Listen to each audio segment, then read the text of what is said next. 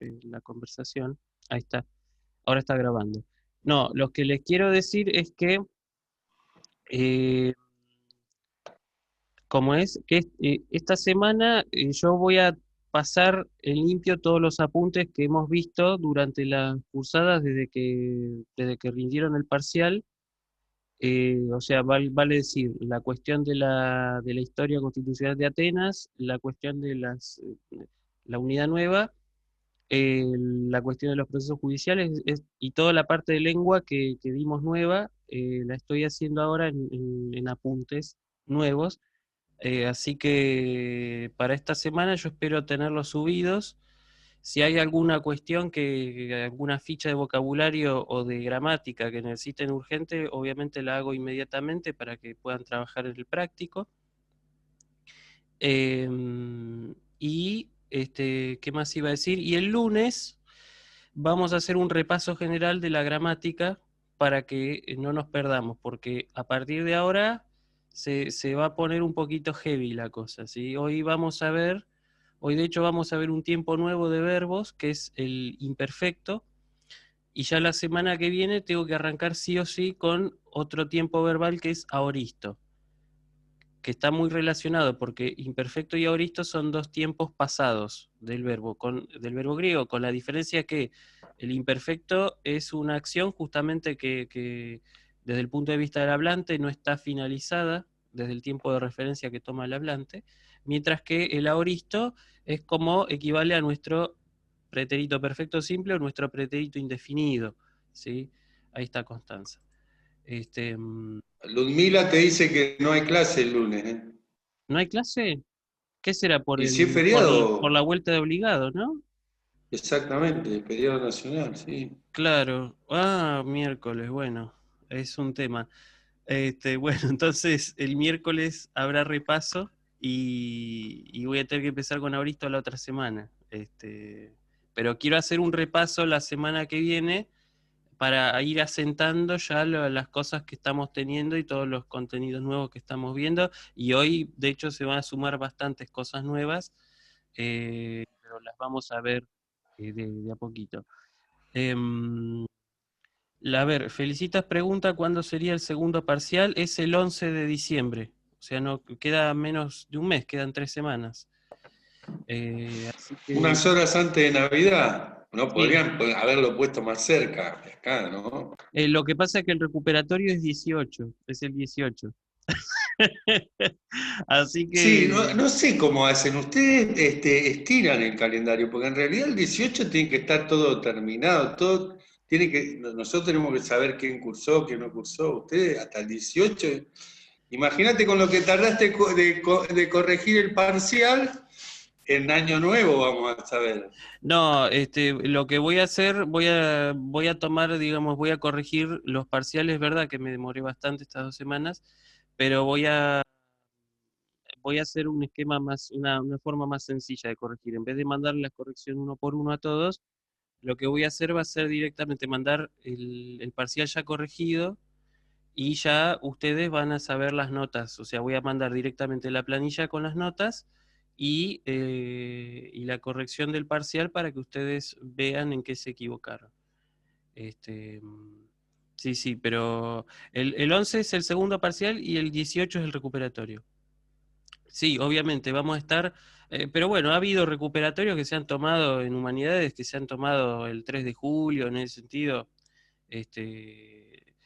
O sea, seguramente antes de Navidad o para Navidad como regalo, en todo caso van a tener las notas. No, no creo que sea así, yo creo que para antes, porque si no, si yo tengo que corregir parciales en Navidad me voy a volver loco, o sea, es un tiempo que hay que pasar con la gente querida, digamos. No, no, no es para trabajar, la verdad es eso. Ya vamos a estar todos bastante fulminados. Así que bueno, Pero además no te queda fecha para tomar examen si te estirás tanto. ¿Cómo lo que haces pasa es después? que el cursado termina el 18, viste que este año fue así. El, digamos, la época de cursado es hasta el 18 de diciembre, ¿sí? Entonces no sé cómo harán con el tema de los finales. La verdad que eso no lo desconozco. Eso voy a tener que hablar con Yamil, que es el que está a cargo ahí de los empleados del departamento. Eso voy a tener que hablarlo bien con él. Este, así que bueno. Bien, bueno, vamos a empezar porque ya son 10 casi.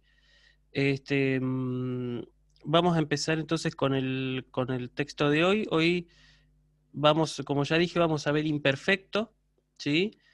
Eh, es un tiempo verbal nuevo y hoy lo vamos a explicar, así que yo ya voy a compartir la pantalla con el texto que vamos a trabajar.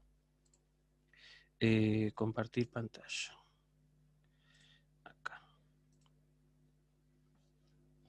Bueno, a ver.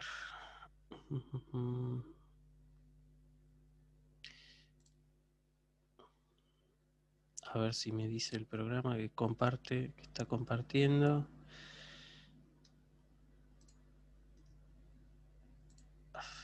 A ver. Voy a abrir cualquier cosa. Qué desastre. Ahí está. Bueno, estoy compartiendo la pantalla. Ahora, bien. Bueno, vamos a empezar. El pasaje de hoy es una parte de un texto, obviamente, ¿no? Es una parte de una comedia. Y nuestro autor concretamente es Aristófanes. Ustedes saben que junto con la tragedia, ¿sí? Eh, se desarrolló la comedia como una de las dos grandes expresiones del teatro griego, ¿sí? Y hay una tercera también que es bastante más desconocida para nosotros porque quedaron muy poquitas obras. De hecho, quedó una sola obra completa, que es el drama satírico, ¿sí? Las expresiones entonces del teatro, ya vimos en las clases anteriores, hemos visto pedacitos de tragedias. Hoy vamos a ver un pedacito de una comedia que habla sobre nuestro tema, que es el amor, ¿sí? Eh, y el autor que nos toca es Aristófanes, un autor, un comediante que vivió en el siglo V también antes de Cristo. Desarrolló sobre todo la comedia antigua, pero también se le atribuyen algunas obras de comedia media, ¿sí? De Aristófanes sobrevivieron 11 obras, lo cual es bastante teniendo en cuenta que la comedia de por sí fue un género bastante censurado y vapuleado por los, digamos, por las épocas posteriores. Y sobre todo es ahora en el siglo XX, XXI, cuando se le está dando, se le está, digamos, recobrando, está recobrando la importancia, está siendo revalorizada, ¿no? Por, por los estudiosos. Y ¿qué más tengo que decir? Obviamente no era el único comediante, había otros autores, por ejemplo, uno que aparentemente competía con Aristófanes, era un tal Cratino, ¿sí? Y lo menciono a Cratino porque gracias a Cratino conocemos aparentemente cómo sonaba la letra eta griega, ¿sí? La letra eta, recuerden que nosotros la pronunciamos como una E larga, pero los griegos modernos la pronuncian como una I. Pues bien, gracias a que Cratino pasó por escrito el balido de las ovejas, ¿sí? Eh, con la eta, justamente, ahí sabemos que era BB. El, ahí sabemos que la letra eta era E larga, porque Cratino lo que había escrito era así, B, ¿no? Imitando el balido de las ovejas, ¿sí?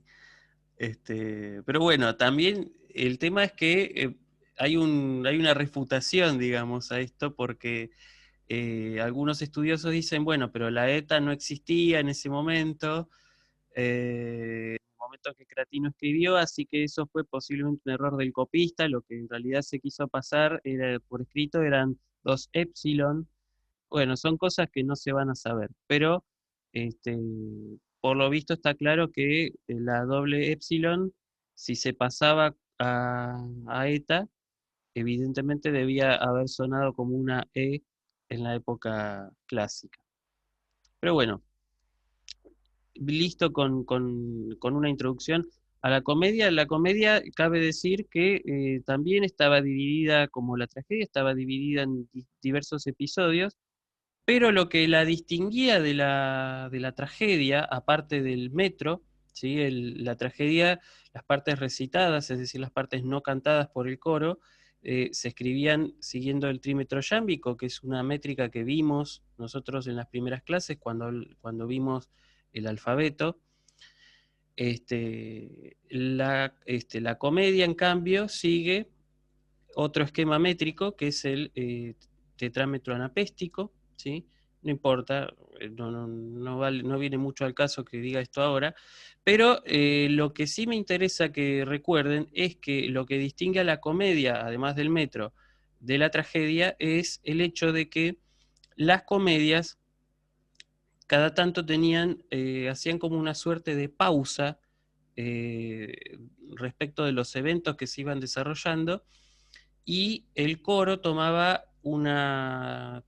le hablaba, digamos, al público directamente, ¿sí? Le hablaba directamente a veces para hacer comentarios sobre la obra misma, ¿sí? Como una suerte de meta-teatralidad, o a veces también para dirigirse a gente influyente o para expresar algún tipo de opinión política sobre de la época. Y esto es lo que se conoce, esta sección en la que el coro se expresaba, ¿sí? Frente a la audiencia, se llamaba parábasis. Esa es la sección de la comedia que la distingue netamente de la tragedia. Bien, entonces, una vez que tenemos esto en cuenta, lo que yo tomé de esta comedia, Aves, es justamente un pedazo de la parábasis en la que se hace una suerte de cosmogonía del amor, ¿sí? Bueno, ¿qué es una cosmogonía? Es fácil recordar. La cosmogonía es el nacimiento del cosmos o el nacimiento de los dioses, etimológicamente hablando. Es, digamos, una cosmogonía es un relato que expresa el origen justamente del universo o de los dioses, dependiendo de lo que se quiera resaltar. Hay que recordar en ese sentido que Eros no es solamente la pasión, no es solamente el deseo amoroso, ¿sí? Sino también, filosóficamente hablando, es una fuerza que sirve de unión a la gente, no solo de la gente, sino también es una fuerza de unión del cosmos, hace que las cosas se mezclen, hace que las cosas se unan, ¿sí? O sea, en definitiva es un elemento del cosmos que sirve de unión, ¿sí? Eso, entonces hay que siempre tener en cuenta, ¿no? Que Eros tiene esa doble cara. Por un lado es la fuerza amorosa, lo que nos aparece a nosotros en los sentimientos respecto de una persona, ¿sí?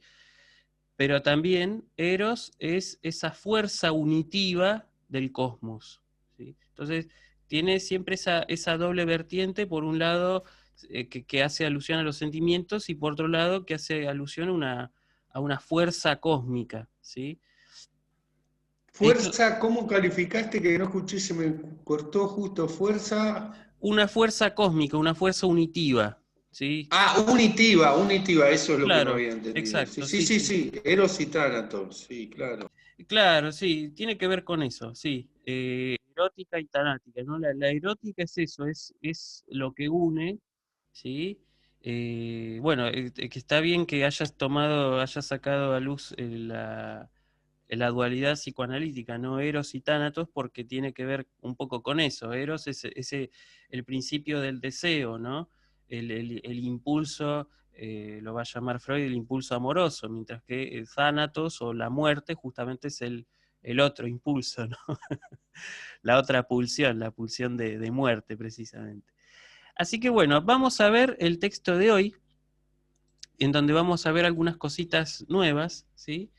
Vamos entonces a empezar ya de entrada con la primera oración.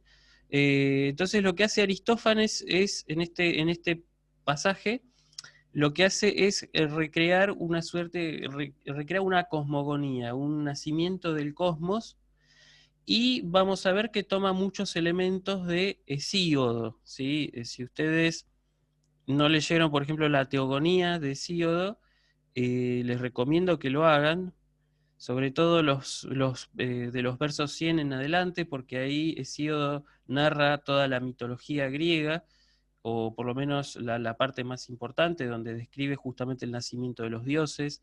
¿Mm?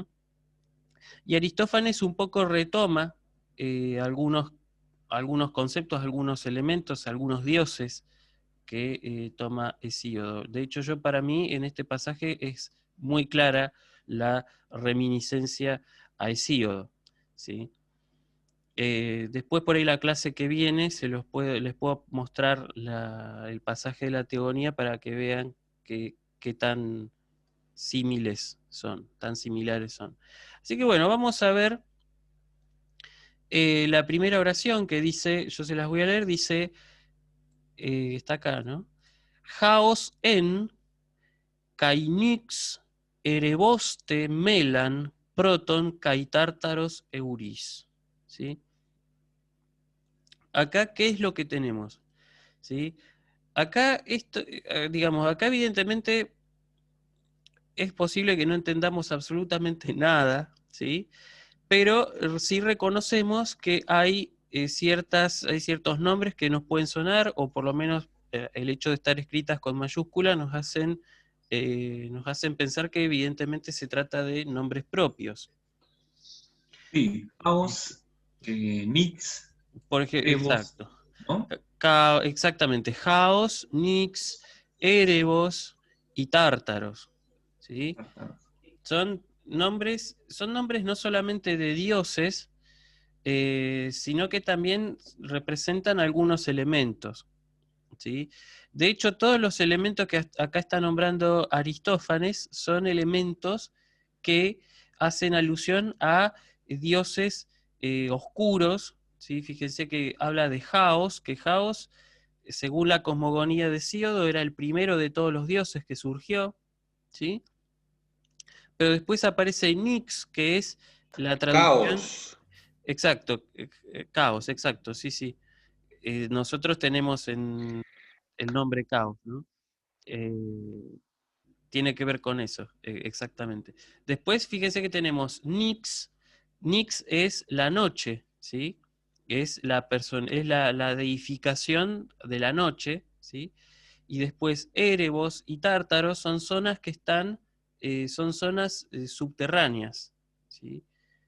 De hecho, el Tártaro era lo más profundo de la tierra, ¿sí? Ahí metió Zeus a los A los titanes, titanes. a Cronos y a los demás titanes, este, y una vez hecho eso, Zeus se corona como el rey de los dioses, ¿sí?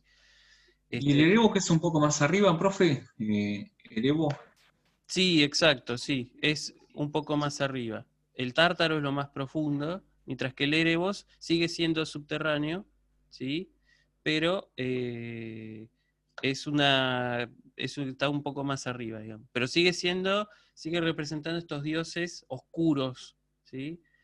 Estos dioses que están relacionados con eso, con la negrura, ¿sí? Ahora vamos a ver, de hecho aparece ahí el adjetivo melan, que es negro. Ahora lo vamos a ver. Pero primero quiero detenerme un poco en la gramática, porque lo que tenemos acá es simplemente un verbo eimi, ¿sí? Y la enumeración de todos los sujetos que son los dioses que acabamos de mencionar. Pero ¿dónde está el verbo eimi? Acá no lo vemos, digamos, no lo vemos en la forma que lo vemos habitualmente. Nosotros podríamos haber visto, por ejemplo, un estin o un eisin, pero no nos aparece nada de eso. Lo que sí nos aparece es esta forma en, esta es la forma verbal, ¿sí? Y esto es el imperfecto del verbo eimi. ¿Sí? Esta es una de las formas del imperfecto del verbo eimi. Entonces yo ahora les voy a dar la conjugación del imperfecto de eimi. ¿Sí? Esta en particular, esta forma que aparece acá es la de tercera persona del singular. ¿Sí? ¿Cómo se traduce el imperfecto? Tengo que empezar, me parece, por eso, porque si no, no van a saber. Los imperfectos en griego se traducen al castellano por todos esos verbos que nosotros hablamos cuando decimos, por ejemplo, jugaba, comía, bebía, fumaba, rezaba, qué sé yo, ¿sí? Todos los tiempos que terminan en aba o en ia en castellano, así es como tengo que traducir el imperfecto griego. Y como este es el imperfecto del verbo eimi, ¿sí? Recuerden que el verbo eimi significaba ser, estar o existir, de manera tal que yo, para traducir este verbo, este imperfecto, tengo que traducirlo por era, por estaba o por existía, o también había, ¿sí? Tiene esas 4 posibles traducciones, el imperfecto. Y lógicamente se va a acomodar de acuerdo con las personas, ¿sí? Yo era, tú eras, él era, etcétera, etcétera. Entonces vamos a ver ahora la conjugación de eimi, ¿sí? La primera persona del singular, o sea, yo, vamos a ponerle el pronombre ego, hoy, ¿sí? La primera persona es en, con eta, ¿sí? Con espíritu suave y acento circunflejo, o también se la puede expresar simplemente con la eta, con espíritu suave y circunflejo. O sea, en o es la forma para decir yo era, ¿sí? O yo estaba o yo existía, ¿sí? Tardíamente aparece una forma de voz media emen, que aparece así, ¿sí? Y esta va a ser, digamos, esta forma de voz media que va a significar lo mismo, se traduce de la misma manera, yo era, yo estaba o yo existía. Esta forma va a ser la base de la conjugación moderna, ¿sí? Pero bueno, ese es un dato un detalle. Lo que sí me interesa es que recuerden las 3 formas, en, o también emen, ¿sí? A emen la vamos a ver un poco más abajo. Aparece sobre todo en las formas aparece sobre todo en el Nuevo Testamento esta forma, ¿sí? Pero también se hace presente en las novelas aticistas tardías, como es el caso de Daphne y Chloe, que la vamos a ver más abajo, con las clases venideras, ¿sí? Así que bueno, ahí ya tenemos la primera forma, ego en, o también ego e, o también incluso ego emen, ¿sí? La segunda persona, es decir, la persona sí, es la forma esta. Es una forma que nos es extraña porque en realidad esta terminación en sigma, teta y alfa responde a una terminación arcaica, ¿sí? Es una suerte de arcaísmo, pero nosotros la aprendemos así como viene, entonces si esta viene a significar tú eras, o tú estabas, o tú existías, ¿sí? Y después tenemos la forma de tercera del singular, que es la que nos aparece en el texto, que es en, ¿sí? Para esta no hay formas alternativas, ¿sí? Entonces, Profe, acá, una pregunta. sí, Perdón. El significado de en es yo era. Yo era. sí, Era, exacto. estaba, existía. Ah, bien, bien. Sí, sí, Bueno, sí, tal gracias. cual. Era, estaba o existía. Si esta sería tú eras, tú estabas o tú existías. Y autos en, la tercera persona, sería él o ella era, estaba o existía. ¿Sí? Este, mm,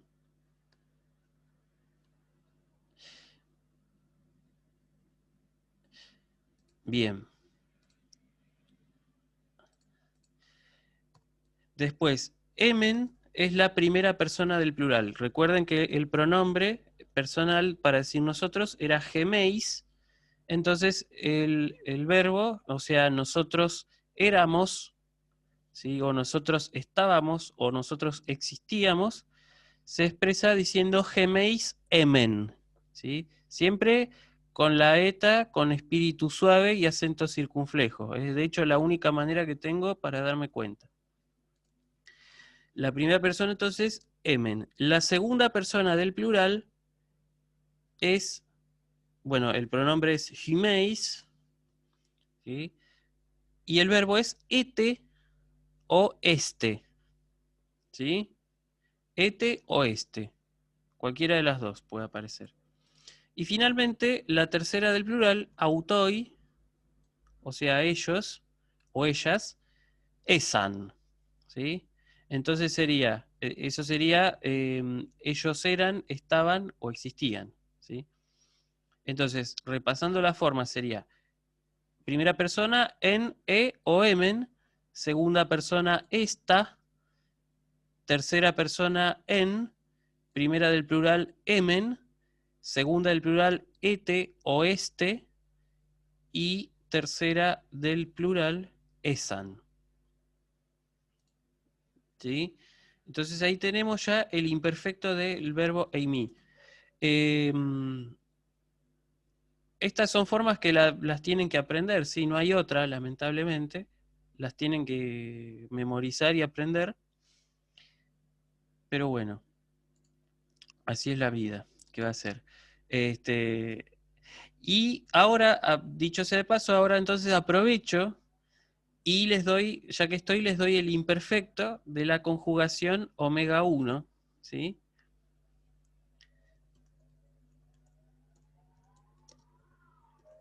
Así ya después pueden trabajar bien con las chicas, ¿sí?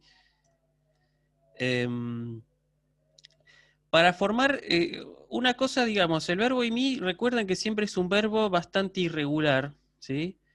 Entonces, siempre es como que vemos las formas aparte, como de hecho, pues justamente se trata de un verbo irregular. Pero ahora vamos a ver cómo se conjuga el imperfecto de los verbos de la conjugación omega 1, es decir, de la conjugación no contracta, ¿sí? Yo acá les hice una fórmula que es para que se acuerden siempre de cómo conjugar el imperfecto, que es aumento, tema de presente y desinencias secundarias. Así es la fórmula para formar, digamos, el imperfecto. ¿A qué me refiero cuando hablo de aumento? Bueno, es lo que voy a hablar ahora a continuación. ¿A qué me refiero con tema de presente? Se refiere a la raíz que yo tomo para formar el presente, ¿sí? ¿Por qué? Porque el imperfecto es simplemente es un tiempo extra que se deriva del tema de presente, ¿sí? ¿Por qué? Porque el presente es un tiempo que marca digamos que la acción no está terminada. Ahora bien, digamos, la acción inacabada se puede expresar o bien con alusión al tiempo presente o bien con alusión al tiempo pasado, ¿sí? Por esa razón tenemos tiempo presente y tiempo imperfecto. Ambos, tiempo presente y tiempo imperfecto, derivan de lo que se conoce como tema de presente, es decir, la raíz que se utiliza para conjugar el tiempo presente, y también sabemos ahora que se utiliza para conjugar el tiempo imperfecto, ¿sí? Razón por la cual, más que llamarlo tema de presente, porque puede dar lugar a esas, digamos, confusiones, tal vez sea mejor llamarlo tema de imperfectivo, porque en definitiva es lo que hace que, en definitiva, la acción no habla siempre, el tema de imperfectivo habla de la acción inacabada, que puede expresar, ya lo digo, en un tiempo presente o en un tiempo imperfecto, un tiempo pasado, ¿sí? O sea que, digamos, dicho sea con otros términos, lo que nosotros vimos hasta ahora viene a ser el imperfectivo presente. Y lo que vamos a ver hoy sería el imperfectivo pasado, o también llamado simplificadamente imperfecto, ¿sí? Con que ustedes sepan que es presente imperfecto y se forma con la misma raíz, no hay problema. Ya lo van a entender ahí. ¿Y a qué hago alusión con las desinencias secundarias? Bueno, estas son las desinencias que sirven para conjugar los tiempos de los pasados, ¿sí? Que ahora las vamos a ver expresadas. Basta entonces ya de fórmula, vamos entonces a empezar. Ya sé que me quedó por hablar del aumento, pero ahora lo vamos a explicar. Vamos a ver primero la conjugación omega 1, ¿sí? Yo le puse conjugación omega 1A. Esta A hace alusión a los verbos cuyo tema o cuya raíz, para decirlo más simplificadamente, empieza por una consonante, ¿sí? No es lo mismo si un verbo, para formar el imperfecto, no es lo mismo si el verbo empieza por una consonante que si empieza por una vocal. ¿Por qué? Porque eso va a traer consecuencias para formar el aumento, ¿sí? Vamos a ver ahora la conjugación omega 1A, que se trata de los verbos que empiezan por consonante, ¿sí? Y yo acá puse un ejemplo que es ticto, que nos va a aparecer en el texto de Aristófanes. El verbo ticto significa parir, ¿sí? Dar a luz. Y acá aparece ya, acá tenemos la primera persona que dice eticton, ¿sí? ¿Qué significa esto? Este es el tema de presente o la raíz, o el tema de imperfectivo, como lo quieran llamar, ¿sí? Acá tenemos la terminación en on, en este caso. Fíjense que se parece a una terminación de un neutro, pero no es un neutro, es un verbo conjugado. Y lo que tenemos antes de esto es el famoso aumento. Entonces ya ahí tenemos la primera regla para formar el aumento. Cuando el verbo comienza por consonante, el aumento se forma agregando una épsilon antes, ¿sí? Razón por la cual, si yo tengo el verbo ticto, que es el presente, es decir, yo doy a luz o yo paro, sería ticto. Si yo quiero decir yo paría, ¿sí? Ahí tengo que decir, no puedo decir ticton, ¿sí? Sino que tengo que usar el aumento, eticton, ¿sí? Y fíjense además que el acento se vuelve más para atrás, se vuelve junto a la épsilon del aumento, ¿sí? Entonces, la conjugación omega 1A son aquellos verbos de la conjugación omega 1 que comienzan por consonante. Y si comienzan por consonante, el aumento lo harán colocando una épsilon, siempre con espíritu suave, antes de la raíz, ¿sí? Entonces acá tenemos se verifica la fórmula que dijimos más arriba. Aumento, raíz de presente y desinencias secundarias. Razón por la cual nos queda eticton, ¿sí? Entonces esto sería yo paría, sería. Para decir tú parías o vos parías, tengo que decir etictes, ¿sí? Ahí también, siempre, en todas las formas, siempre va a aparecer el aumento, ¿sí? Después, la tercera persona es eticten o eticte. Esta ni es eufónica, es opcional, ¿sí? Puede aparecer o puede no aparecer, ¿sí? Pero esa es la tercera persona, eticte o eticten, o sea, él o ella paría. Después, para decir nosotros paríamos, etictomen, ¿sí? La segunda persona del plural es etictete, ¿sí? Y finalmente la tercera persona del plural, eticton. Se conjuga igual que la primera del singular, ¿sí? Primera del singular y tercera del plural se conjugan igual. Y bueno, ahí como me doy cuenta de si está conjugando a una u otra, bueno, me doy cuenta por el sujeto de la oración. Si el sujeto de la oración es un sujeto plural, bueno, será una tercera plural. Si el sujeto es ego, ahí evidentemente se trata de la primera del singular, ¿sí? Esto sería la voz activa del imperfecto, pero también tiene como no podía ser de otra manera, también tiene una voz medio pasiva, ¿sí? Y acá también las desinencias cambian un poco, son de hecho las desinencias secundarias. La primera persona, ¿sí? La voz media, recuerden que se traducía por por un verbo reflexivo o por un verbo pasivo, ¿sí? Vamos a tomar como referencia soy parido, porque el verbo ticto sería muy raro que tuviera una voz media, de parirse a sí mismo, ¿no? Así que vamos a tomar, si yo quiero decir soy parido, digamos así, sería etictomen, ¿sí? Con eta al final, no con epsilon, como habíamos visto en la voz activa, ¿sí? Fíjense además que el acento cambia con respecto a la primera persona del plural. Una cosa es decir etictomen y otra cosa es decir etictomen, ¿sí? Segunda persona del singular, etictu, ¿sí? Siempre con el aumento al principio, la raíz de presente y las terminaciones. La tercera persona es eticteto, ¿sí? Esa terminación en eto es de la tercera persona, o sea, él o ella es parido, sería.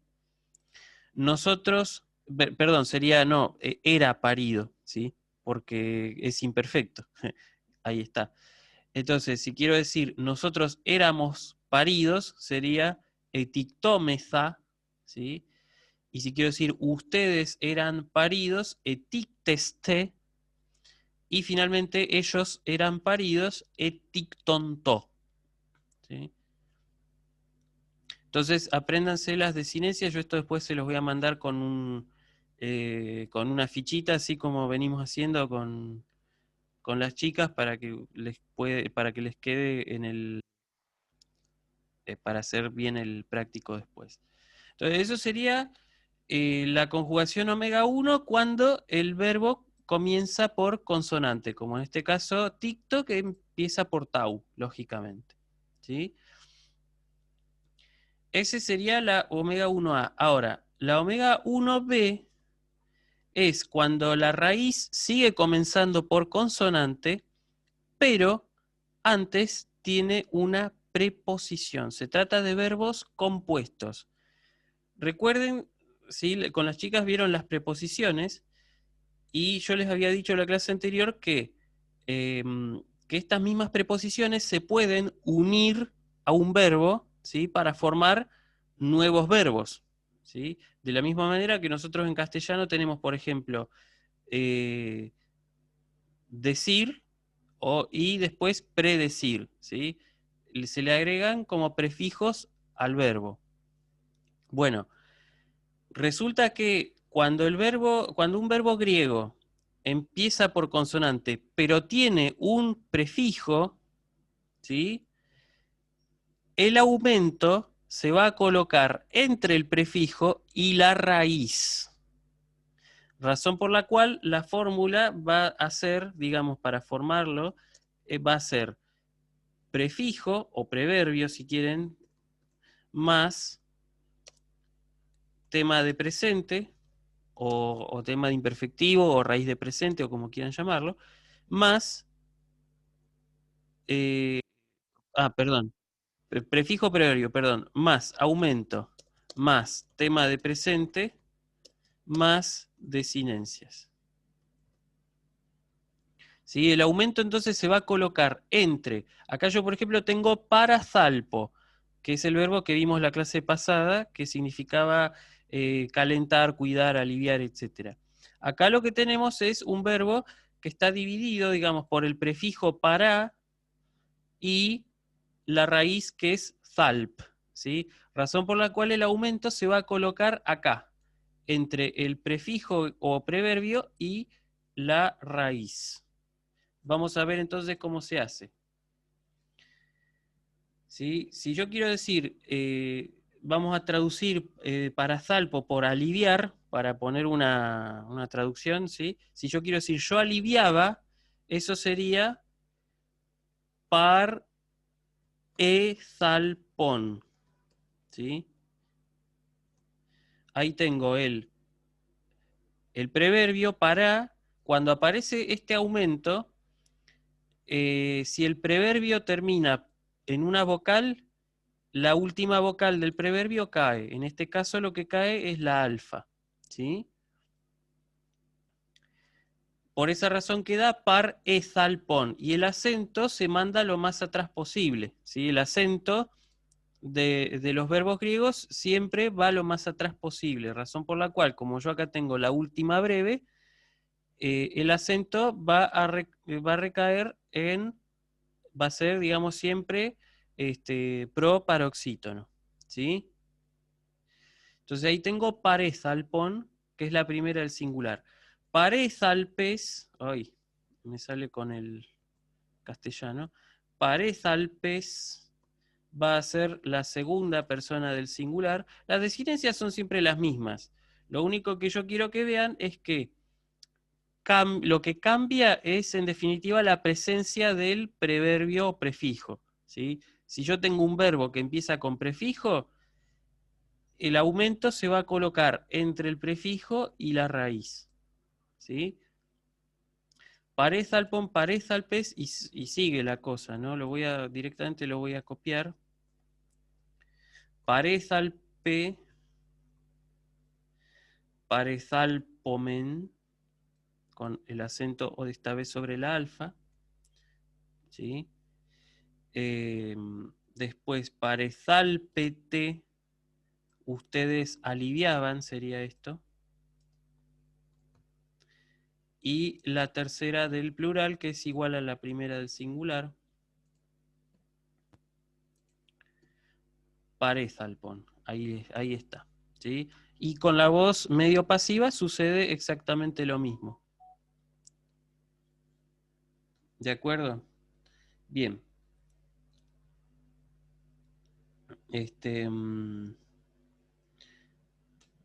Ahí entonces vamos, esta sería la conjugación omega 1 alfa y la beta, ¿sí? La 1 alfa, o la 1A mejor, es omega 1A sería la conjugación del imperfecto de aquellos verbos que empiezan por consonante. La omega 1B viene a ser la conjugación de aquellos verbos que empiezan por consonante, cuya raíz empieza por consonante, pero que tienen un prefijo, ¿sí? Ahora vamos a ver qué pasa con los verbos que empiezan por vocal o diptongo, ¿sí? ¿Qué pasa? Acá lo que pasa con los verbos que empiezan por vocal o diptongo, yo acá puse el verbo geudo como ejemplo, que significa dormir, ¿sí? Lo que ocurre con estos verbos que empiezan por vocal, cuya raíz empieza por vocal, es que el aumento se va a hacer no agregando una épsilon, como sucedía con estos verbos que acabo de dar, sino que lo que va a hacer es alargar la vocal o el diptongo. ¿Cómo lo va a hacer esto? Si la raíz del verbo comienza por alfa o por épsilon, el aumento va a consistir en un alargamiento de esta misma vocal en eta, ¿sí? Por ejemplo, si yo tengo el verbo hago, ¿sí?, que significa conducir o marchar, el aumento se va a hacer colocando las desinencias del imperfecto, pero además alargando esa alfa en eta, razón por la cual va a quedar egon, ¿sí?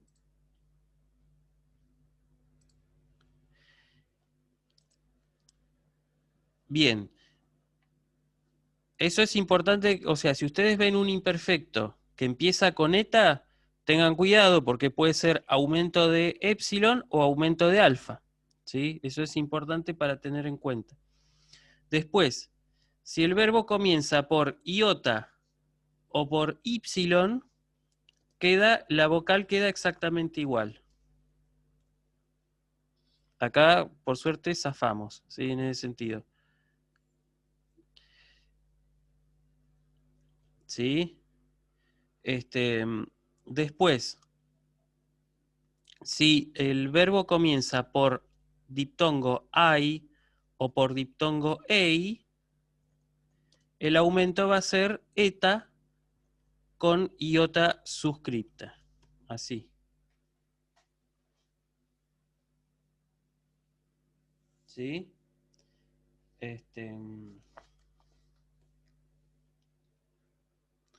Bien.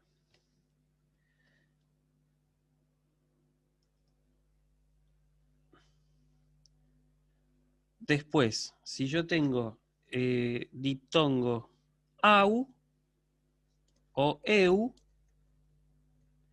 va a aumentar a eta y, o sea, a eu. ¿Sí?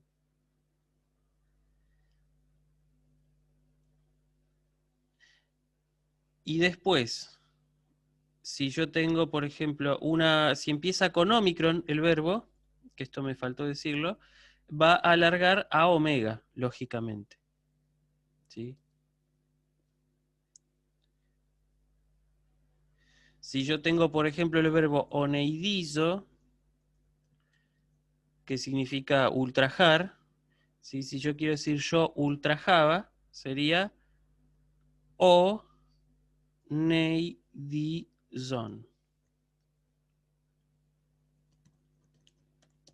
¿Sí?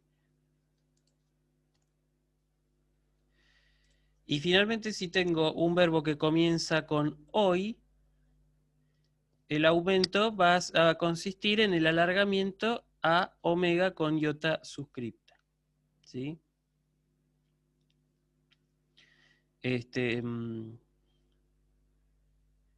Eso sería. A veces, ¿sí? A veces, si el verbo comienza por ei o eu, queda igual, no hay aumento, ¿sí? Esas son las reglas del aumento para la conjugación omega 1C, es decir, la conjugación omega 1, verbos que comienzan por vocal, ¿sí?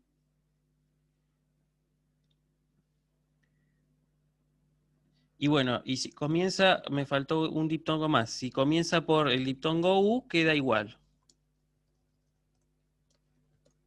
¿sí? Estas son las reglas del aumento, esto yo después se los voy a pasar bien en limpio, obviamente. Entonces ahora lo que vamos a hacer es ver la conjugación del verbo geudo, ¿sí? Del verbo dormir, ya les dije que significaba eso. Entonces lo podemos hacer de dos maneras, a geudo. Si comienza por eu, digamos, yo puedo dejarlo sin aumento o le puedo hacer el aumento de eta y. Yo lo voy a hacer con el aumento para que ustedes se acuerden de que tienen que hacer el aumento, ¿sí? Así que vamos a conjugarlo. En la primera persona va a ser geudon, así. Esto sería yo dormía, ¿sí? La segunda persona va a ser geudes, tú dormías. Fíjense que como el verbo comienza por espíritu áspero, por más que haya aumento, se conserva el espíritu áspero, ¿sí? Geudes. La tercera sería geude, que estoy viendo que hay un acento, no, están mal colocados los acentos, tengo que ponerle circunflejo. Geudon, geudes, geude, ahí está. ¿Por qué? Porque si yo tengo la penúltima larga y acentuada y la última breve, tiene que ir la regla del circunflejo forzoso, ¿sí? Bien, entonces seguimos. Ahora sí, primera del plural, esta vez ya no va a haber acento circunflejo, va a ser geudomen. Segunda persona del plural, geudete, ¿sí? Y tercera persona del plural, igual que la primera del singular, o sea, geudon. Así. Yo dormía, geudon. Tú dormías, geudes. Él dormía o ella, geude. Nosotros dormíamos, geudomen. Segunda persona del plural, geudete. Y tercera persona del plural, geudon. Ellos dormían. ¿Sí? Eso sería la omega 1C. ¿sí? Verbos que comienzan por vocal. Y ahora finalmente nos queda la combinación más terrible de todas, omega 1D, es decir, cuando el verbo comienza por vocal, pero además tiene un prefijo o preverbio, ¿sí? ¿Qué piensan que puede ocurrir en esta conjugación? Los escucho. Puede ser que sea una pequeña abominación entre las dos cosas y se haga entre medio del prefijo y el verbo, se alargue una vocal. Exactamente, exactamente, muy bien, muy bien.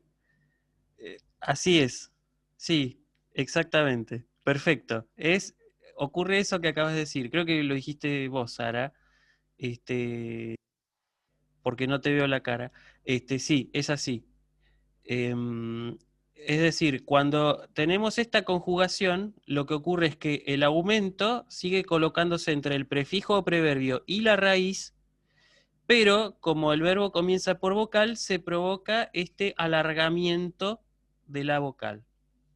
Vamos a ver este ejemplo que es an-hago.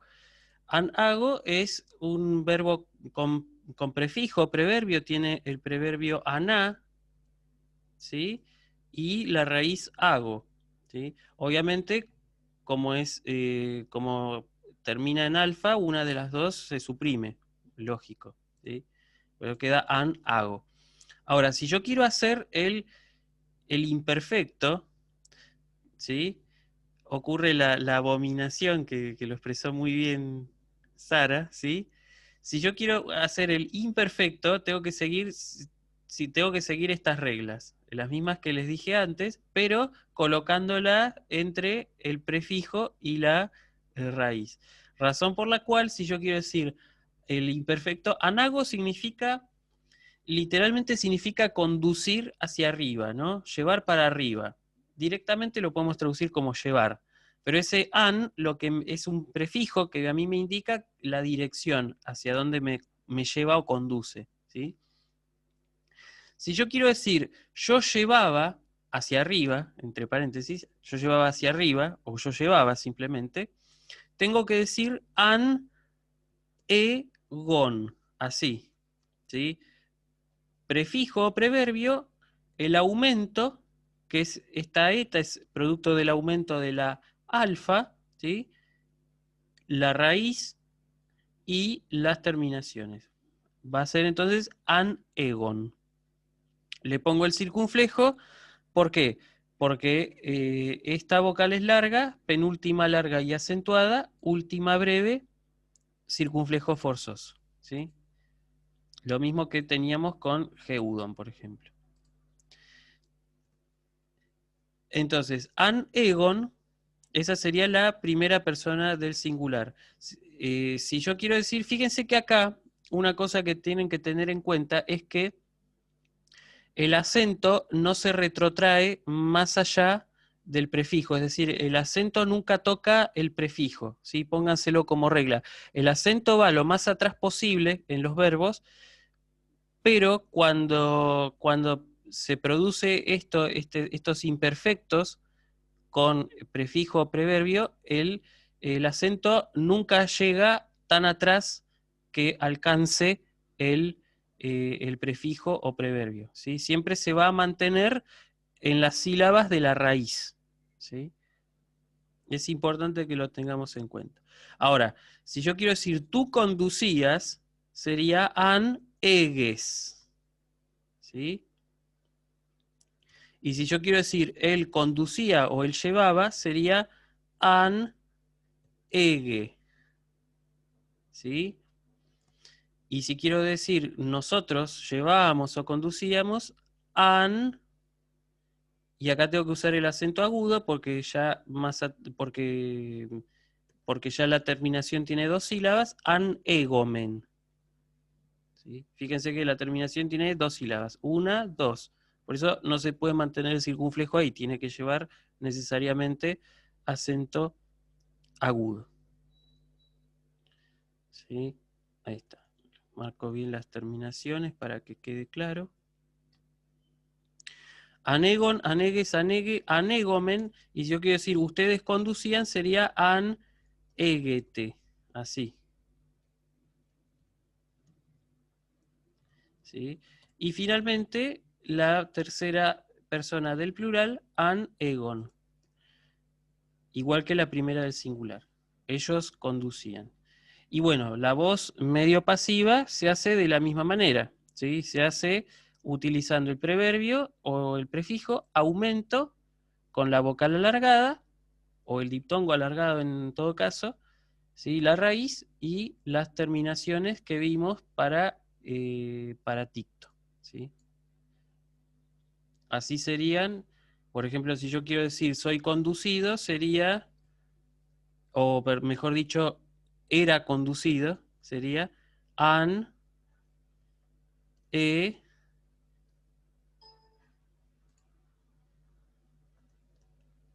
gomen, con eta. Así. Y así sucesivamente. Si quieren, como tarea para ustedes, pueden hacer, digamos, las voces medio pasivas de estas conjugaciones. Omega 1b, tomando como ejemplo los verbos parazalpo, el verbo geudo y el verbo anago, ¿sí? Para que practiquen las terminaciones. Yo después les paso bien, de todas maneras les paso la tablita. Así que bien, eso sería el imperfecto, ¿sí? Entonces ahí ya aprendimos un tiempo nuevo. También, por supuesto, la conjugación omega 2, omega 3 y omega 4 tienen, también, por supuesto, tienen imperfecto, se hace de la misma manera, con el aumento, el tema o la raíz de presente y las desinencias, y si tiene el prefijo, el aumento se va a colocar antes, ¿sí? Es decir, que las conjugaciones contractas, en el sentido del aumento, se van a hacer de la misma manera. Lo que va a cambiar un poco son las terminaciones, porque las terminaciones de las conjugaciones omega 2, omega 3 y omega 4 son terminaciones que son resultado de contracciones, que contraen con la raíz, ¿sí? Razón por la cual nosotros, para simplificar un poco, evitamos hablar de contracción, y directamente yo los trato como si fueran conjugaciones distintas, ¿sí? Pero bueno, eso lo vamos a ver en otra clase. Hoy ya me parece que con ver la conjugación omega 1, el imperfecto, ya estamos llenos, digamos, llenos de conocimiento.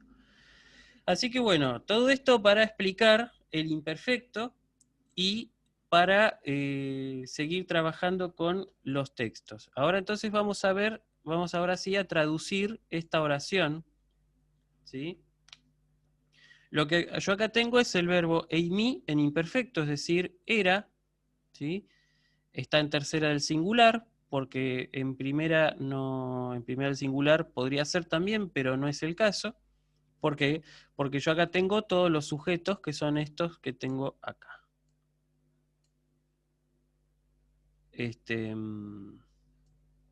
Todo esto sería. Todos estos son los sujetos, ¿sí? Jaos, nix, erebos, y bueno, melan es un adjetivo que va con erebos, ¿sí? Y después tártaros y euris, que es un adjetivo también, que está acompañando a tártaros. Vamos a ver, acá tenemos ya de entrada, tenemos varias cuestiones de declinación para observar, ¿sí? En principio lo que tenemos es Jaos, ¿sí? Jaos es un sustantivo propio, porque habla siempre del dios caos, que es un dios justamente, bueno, que representa al caos precisamente, es un neutro, ¿sí? To Jaos.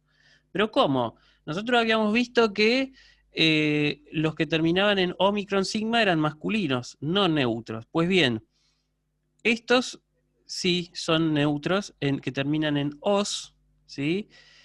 Pero como son neutros, o sea, los neutros que terminan en os, se van a conjugar, ¿qué estoy diciendo? Se van a declinar por tercera declinación, ¿sí? Es decir, que una cosa son los masculinos en os o femeninos, que se declinan por segunda, y otra cosa son los neutros en os, que se van a declinar por tercera, ¿sí? Vamos a ver cómo lo hacen. Como caos es una sola cosa, digamos, no tiene plural, ¿sí? No va a tener plural, pero sí les puedo dar el singular. El nominativo, vocativo, acusativo es igual. Recuerden que si se trata del neutro, de todos los neutros siempre tienen nominativo, vocativo y acusativo iguales. Va a ser tojaos, lógico, ¿sí? El genitivo va a ser tu, jaus, ¿sí? Se parece en ese sentido a la terminación que habíamos visto del genitivo de Sócrates, ¿sí? Sócrates, Socratus. Bueno, jaos, tojaos, tu jaus, ¿sí? Y el dativo va a ser to, jaei, jaei, así. Suena horrible, pero así es. To, jaei. Tojaos, tujaus, tojaei. De la misma manera, exactamente como jaos, se va a declinar erebos. Sí, erebos también es un neutro de tercera, ¿sí? Entonces va a ser to erebos, perdón, con mayúscula, ahí está, to erebos, y si yo quiero decir el genitivo, va a ser tu erebus, ¿sí? Corro el acento una sílaba para adelante porque la desinencia de terminación us es larga, razón por la cual el acento no se puede quedar sobre la primera épsilon. Y finalmente el dativo, que va a ser to erebei, ¿sí? Así. Tampoco tienen plural, estos no tienen plural, ¿sí? Otras palabras sí tienen plural, pero estas en particular no lo tienen, ¿sí? Y son siempre neutras. Tártaros, por ejemplo, no, tártaros ya es un masculino, ¿sí? Me doy cuenta incluso también por el adjetivo, que esto ustedes no lo saben aún, ya se los voy a explicar ahora, ¿sí? Todos estos están coordinados por kai, ¿sí? Y por esta partícula, bueno, no es una partícula, en realidad es un coordinante, una conjunción. No sé si la hemos visto antes, pero por las dudas la repito, si es que la vimos. Este T, ¿sí? Funciona como un kai, ¿sí? Pero funciona como un kai que va al final. O sea, si yo quiero decir, por ejemplo, caos y erebo, lo puedo decir de dos maneras. Puedo decir tojaos, kai, to erebos, o puedo decir to jaos, to ereboste. Lo digo así porque ese T es una palabra, una conjunción que además es enclítica. Manda su propio acento, se lo presta a la palabra anterior.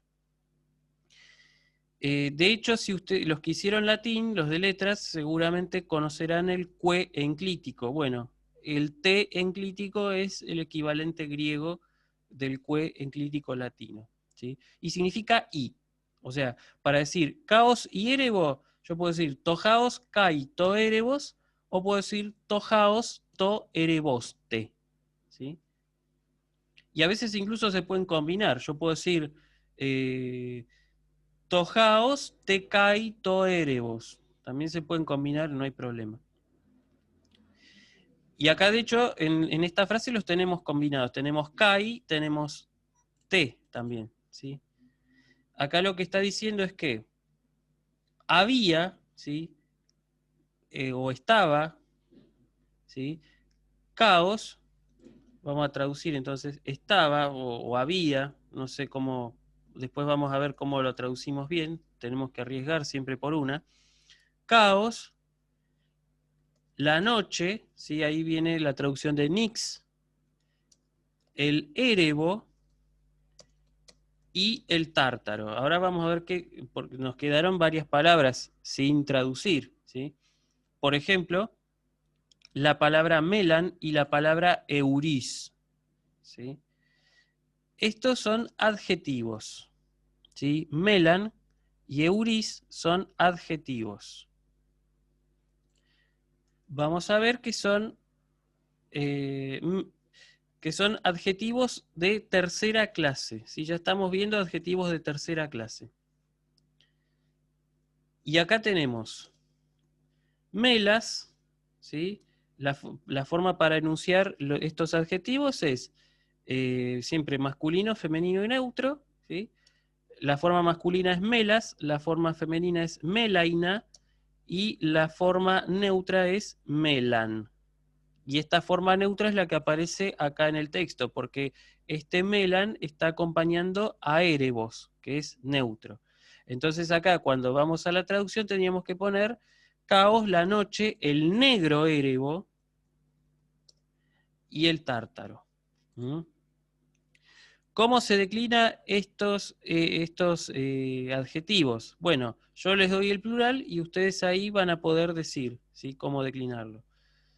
El plural de melas, es decir, de la forma masculina, va a ser melanes. ¿Sí? Recuerden que se declina siempre por tercera. La forma masculina. La forma femenina, en cambio, se va a declinar por primera, pero en alfa impura. ¿Sí? Porque fíjense que no tiene, la anteúltima letra no es ni rho, ni iota, ni y. Entonces va a ser melaines, con eta. Y la forma neutra va a ser melana, así, pero se va a declinar por tercera. ¿Sí? Ahí entonces ya sabemos cómo declinar el resto de los casos. ¿Mm? Bien. Y después tenemos otra palabra que dice Una tártaros. pregunta, Luciano. Sí, ¿No era Carlos. la negra noche? Yo me acuerdo de haber aprendido, no sé si en la teogonía o en algún lugar. Primero fue caos, luego tal y la negra noche, así era. Sí, claro, lo que pasa es que esta es la versión de Aristófanes y no la de Hesíodo. Ah, ok. ¿Sí? Claro, seguramente en Hesíodo debería decir melainanix, ¿sí? Pero en este caso es melan, ahí ya te dice la forma neutra, entonces se está refiriendo a erebos, no a nix. Fíjate ahí cómo el detalle de la morfología hace que nosotros sepamos a cuál se está refiriendo. Y acá Ludmila pregunta si proton no es predicativo obligatorio, dice, y entonces el verbo no tendría que traducirse como eran. No, este verbo está usado como en sentido existencial. Ahora vamos a ver qué pasa con ese proton. Buena pregunta de todas maneras. No es predicativo. ¿Sí? Acá lo único que hay es un sujeto y el verbo. Y vamos a ver qué pasa con ese proton más adelante. Entonces, bueno, ahí tenemos adjetivos de tercera clase que ya vimos, el melas, que significa negro, ¿sí? Otra forma para decir negro es mauros, ¿sí? O sea que en griego tenemos dos formas para decir negro, melas, melaina melan, y mauros, aon, perdón. De hecho, el nombre Mauro significa negro, ¿sí? Bueno, en fin. Vamos a ver qué pasa con el otro adjetivo que tenemos acá, que es eurís, y ya después le voy a responder a Ludmila, ¿sí? Este eurís es otro adjetivo de tercera clase, ¿sí? Eurís significa ancho, ¿sí? Recuerden que nosotros cuando habíamos visto eutifrón, eucis con z, ¿sí?, significaba recto. En cambio, este eurís con ro significa ancho, ¿sí? Y El adjetivo de tercera clase en cuestión es euris, ¿sí? Para la forma masculina, ¿sí? Eureia para la forma femenina y euri para la forma neutra, ¿sí? Así sería. Y esto significa ancho, precisamente ancho, amplio, ¿sí? Y ahora me gustaría detenerme en un pequeño detalle que tiene estos tipos de adjetivos, que son, hay varios, ¿sí? Los que terminan en us, ella, y, hay bastantes adjetivos de estos, ¿sí?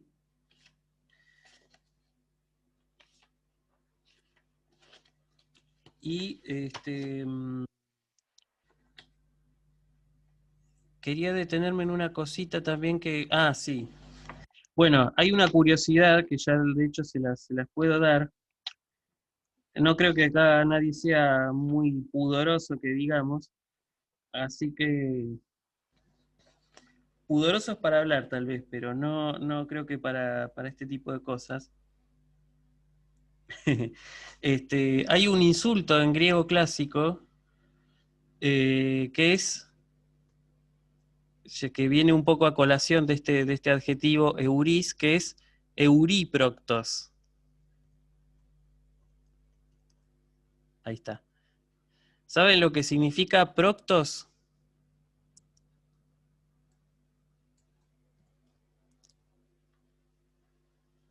¿Eh? Cuando van al proctólogo, ¿qué se revisan? ¿Sí? El euríproctos es un insulto, por supuesto usado La en la... próstata. No, ¿qué próstata? No. El proctólogo, para decirlo en El términos... proctólogo te revisa la próstata. Puede ser, pero lo hace, ojo, porque no es lo mismo, ¿sí? La próstata, justamente próstata es una palabra griega también, que significa protector, ¿sí? Es un conducto, etcétera. No voy a hablar de eso. Pero proctos es la cola, ¿sí? El trasero, para decirlo en términos muy suavecitos. Entonces el El orto. Sí. ¿sí? El euríproctos es un insulto que significa de trasero ancho, ¿sí? De trasero amplio. O para decirlo en términos, en los verdaderos términos que correspondería, sería culo roto. O sea, el euríproctos es eso, ¿sí? Es el culo roto, básicamente, ¿sí? El de culo ancho. ¿Sí? Pero no ancho en el sentido de tener las nalgas grandes, sino el No origen. de caderudo, no de caderudo. Sí, sí, sí. No de caderudo, sí. Exacto. A ver, dice, cambiando de tema, pregunta Ludmila, dice, ¿después puedo dejar listas con las nuevas declinaciones? Sí, por supuesto que sí. De hecho, justamente la semana que viene vamos a hacer un repaso de la gramática para que no nos perdamos tanto, porque ya después se vienen cosas, se viene más heavy todavía, o sea. Pero bueno, estamos viendo siempre la gramática a partir de los textos y hoy estamos viendo neutros en os y adjetivos de tercera clase, melas, melaina, melan, o como en este caso, euris, eureia, eurí. ¿Sí? Y la formación del plural, yo por ahora se los voy a dejar así, nomás en nominativo. Porque ya después, digamos, la formación del plural es un poco irregular, así que les voy a tener que dejar el... ¿Cómo se llama? Les voy a tener que dejar les voy a dejar el nominativo plural nomás. Se declina también la forma masculina por tercera, como todos los adjetivos de tercera clase, hacen masculino y neutro por tercera y femenino por primera. Entonces, el plural de euris va a ser eureis, ¿sí? Sigue Esto sigue en una declinación un poco especial porque lo que pasa acá es que hay una contracción, ¿sí? Por eso queda esa terminación en eis, mientras que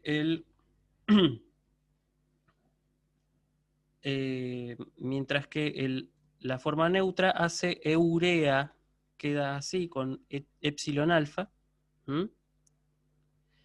Y la forma femenina es eureiai, ¿sí? Así sería con estos adjetivos. Entonces ahí ya tenemos dos adjetivos de tercera clase. Y este euris, entonces, está en masculino, singular, ¿sí? Por la forma que tengo acá, y se refiere al anchuroso o al ancho tártaro, ¿sí? Entonces dice, estaba Caos, la noche, el negro érebo y, podemos decir, el anchuroso tártaro, o el ancho tártaro. Creo que anchuroso está bien. O también el vasto tártaro, ¿sí? Con B corta. Y ahora nos queda ver qué es qué es este proton que aparece acá. Ludmila había deducido que podía tratarse de un predicativo. En realidad, lo que pasa con los adjetivos es que esto es una cuestión de sintaxis nueva que vamos a ver.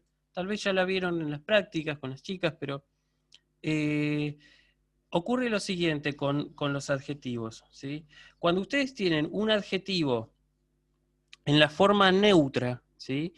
Y que no está acompañando ni a un artículo ni a un sustantivo, ¿sí? Es posible, no digo que siempre sea así, pero es muy posible que ese adjetivo en su forma neutra esté siendo utilizado como un adverbio, ¿sí? Entonces, regla de sintaxis. Las formas neutras de los adjetivos pueden servir como adverbios, ¿sí? Adverbios de modo, ¿sí? Y sintácticamente se van a marcar como circunstanciales. Yo lo voy a marcar con color celeste, ¿sí? Ahí tenemos el circunstancial de modo. Proton, ¿sí? Si protos, la palabra protos significa primero, ¿sí? Proton, así utilizado en este sentido de utilizado como adverbio, va a traducirse como primeramente, ¿sí? También, si quieren, para no hacerlo tan estricto, podemos decir en primer lugar, ¿no? Y así podemos traducir, ya terminar de traducir la oración. Entonces podemos decir en primer lugar, también se puede decir, por ejemplo, en principio, ¿sí? Si queremos hacerlo así al estilo medio bíblico, ¿sí? En primer lugar, existía o estaba, existían o estaban, pues yo me inclino más por existían para darle un sentido más, justamente para recuperar ese sentido existencial. ¿Mm? En primer lugar existían Caos, la noche, el negro érebo y el anchuroso tártaro. ¿Sí? Ahí nos queda la traducción de la primera oración. ¿Sí? Jaos en kainix ereboste melan proton kai tártaros euris. Bueno, Nix además también responde a otro modelo de declinación, ¿sí? Que esto lo podemos también ver, ¿sí? Dentro de los sustantivos de tercera declinación hay algunos cuyo nominativo termina en xi, ¿sí? Y estos sustantivos que terminan en xi pueden formarse, digamos, pueden formar su plural. Lo pueden hacer de tres maneras dependiendo de la palabra, ¿sí? Lo pueden hacer con plural en ges, con plural en ques, o con plural en, en ges. Ahí está, dije bien. Pero en el caso de nix, es un sustantivo irregular que hace su plural en... Bueno, no es irregular en realidad, hay otros que hacen lo mismo. También entonces pueden hacerlo, ya dije, hay sustantivos que hacen su plural en ges, hay sustantivos que hacen plural en ques, hay sustantivos que hacen plural en ges, y hay otros sustantivos que hacen el plural en ctes, como es el caso de nix. ¿Sí? Nix, el plural va a ser nictes, noches. ¿Sí? Vamos a declinar todos los casos para que quede. Ya. Bueno, nominativo y vocativo son iguales, no hay problema. Si quiero hacer el acusativo, va a ser nicta. Recuerden la terminación de tercera declinación, que era una alfa en el acusativo. Genitivo va a ser nictos. ¿Sí? Esa es otra regla de acentuación que le tengo que dar. Eso lo voy a dar después, ahora no. Y el dativo va a ser nicti. A la noche sería. Y el plural sería nictas. El genitivo va a ser nictón. Y el dativo plural va a ser nixi. Nuevamente aparece la xi que aparece en el nominativo. ¿Sí? Ahí tenemos entonces la declinación de nix. Esto después se los voy a dar en un cuadro más prolijo, por supuesto. Y ya les digo, como el lunes no tenemos clase, el miércoles voy a hacer un repaso general para que no nos perdamos tanto. Bien. Bueno, entonces ahora sí, en primer lugar existían Caos, la Noche, el Negro Érebo y el Anchuroso Tártaro. Sí, ahí vimos entonces. Imperfecto. Declinación de Caos, de Érebos, declinación de los adjetivos melas y eurís y declinación de nix. Ahí vimos un montón de declinaciones nuevas. Fíjense que todas son de tercera declinación, ¿sí? Salvo las formas femeninas de estos adjetivos. El resto... perdón. Acá tuve un error acá. Ahora que lo veo no me di cuenta. El nominativo plural femenino de melaina, perdón, mil disculpas, es melainai. Pasa que cuando les dije melaines les expliqué el genitivo, porque es en alfa impura. Siempre uno se confunde con esas cosas ahí. Perdón.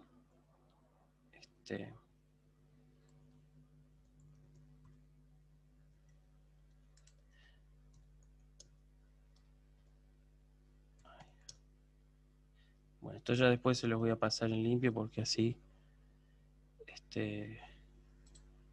no me gusta así darlo. Bien. Después les voy a dar el resto de los casos. Bueno, ahí quedaríamos entonces con todas estas declinaciones. Pero la cosa sigue, no termina acá.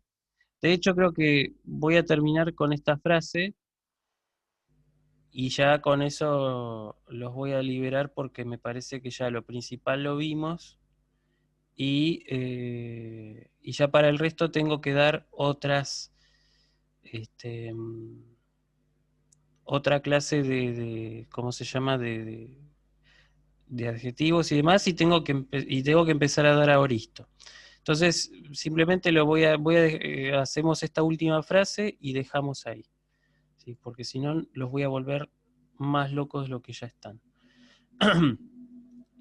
Entonces, vamos a terminar con esta frase que dice ese D que aparece ahí es la partícula, nuestra querida partícula D. ¿Sí? Vamos a marcarla así como partícula. Que ya sabemos que se puede traducir por i o por pero según el caso, ¿sí? Dice ge dud aer ud uranos en. Nuevamente tenemos en acá, que es el imperfecto del verbo eimi, ¿sí? Ahí entonces tenemos el verbo. Y todo esto que sigue ge, aer y uranos son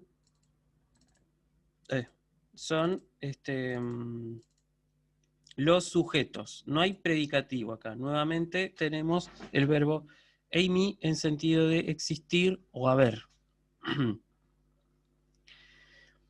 ¿Sí? Y acá lo que tenemos son tres palabras.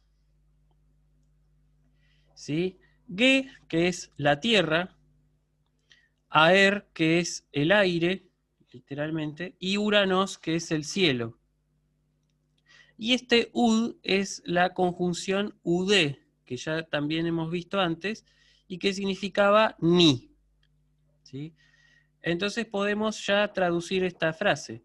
Y no había tierra, o no existían, si quieren, la tierra, el aire, ni el cielo.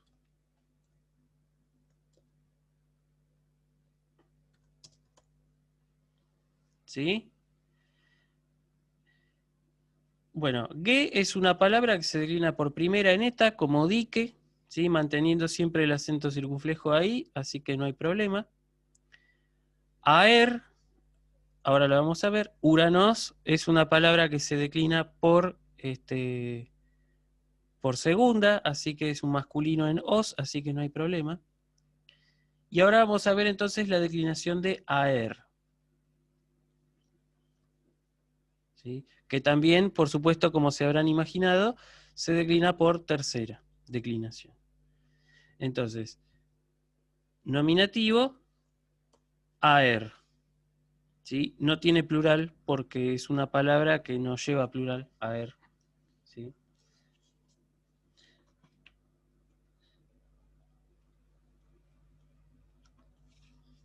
Así que si queremos saber cómo se declina, tenemos que mirar el genitivo singular. Aer es una palabra que puede ser masculina o puede ser femenina. No hay, en este caso, aer no tiene problemas con el género, ¿sí? Nunca es neutro, eso sí, pero puede ser masculina o femenina. El acusativo va a ser... no, me falta decir el vocativo, que en este caso hay una diferencia. El vocativo es aer con épsilon. El acusativo es aera. Fíjense que este es un nominativo con tema alargado, que corresponde también a las posibles terminaciones de tercera declinación. Aer con eta es el nominativo, aer con épsilon es el vocativo, aera es el acusativo, aeros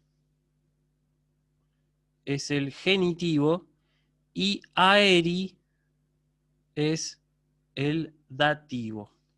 ¿Sí? De ahí vienen todos los prefijos que empiezan con aer o con aero en castellano, ¿sí? Aeródromo, aerodinámico, son todas palabras griegas, ¿sí?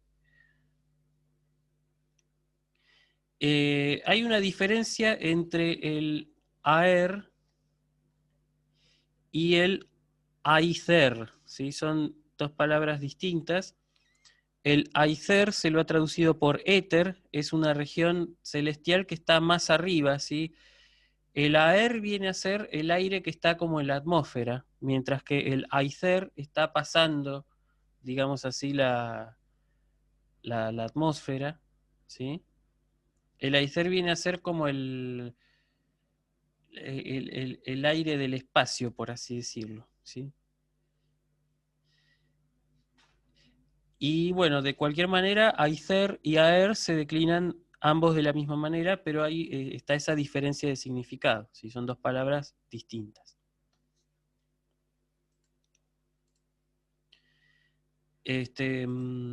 Así que bueno, creo que eso sería todo, chicos, por hoy. ¿Hay alguna pregunta, alguna duda, alguna consulta que me quieran hacer?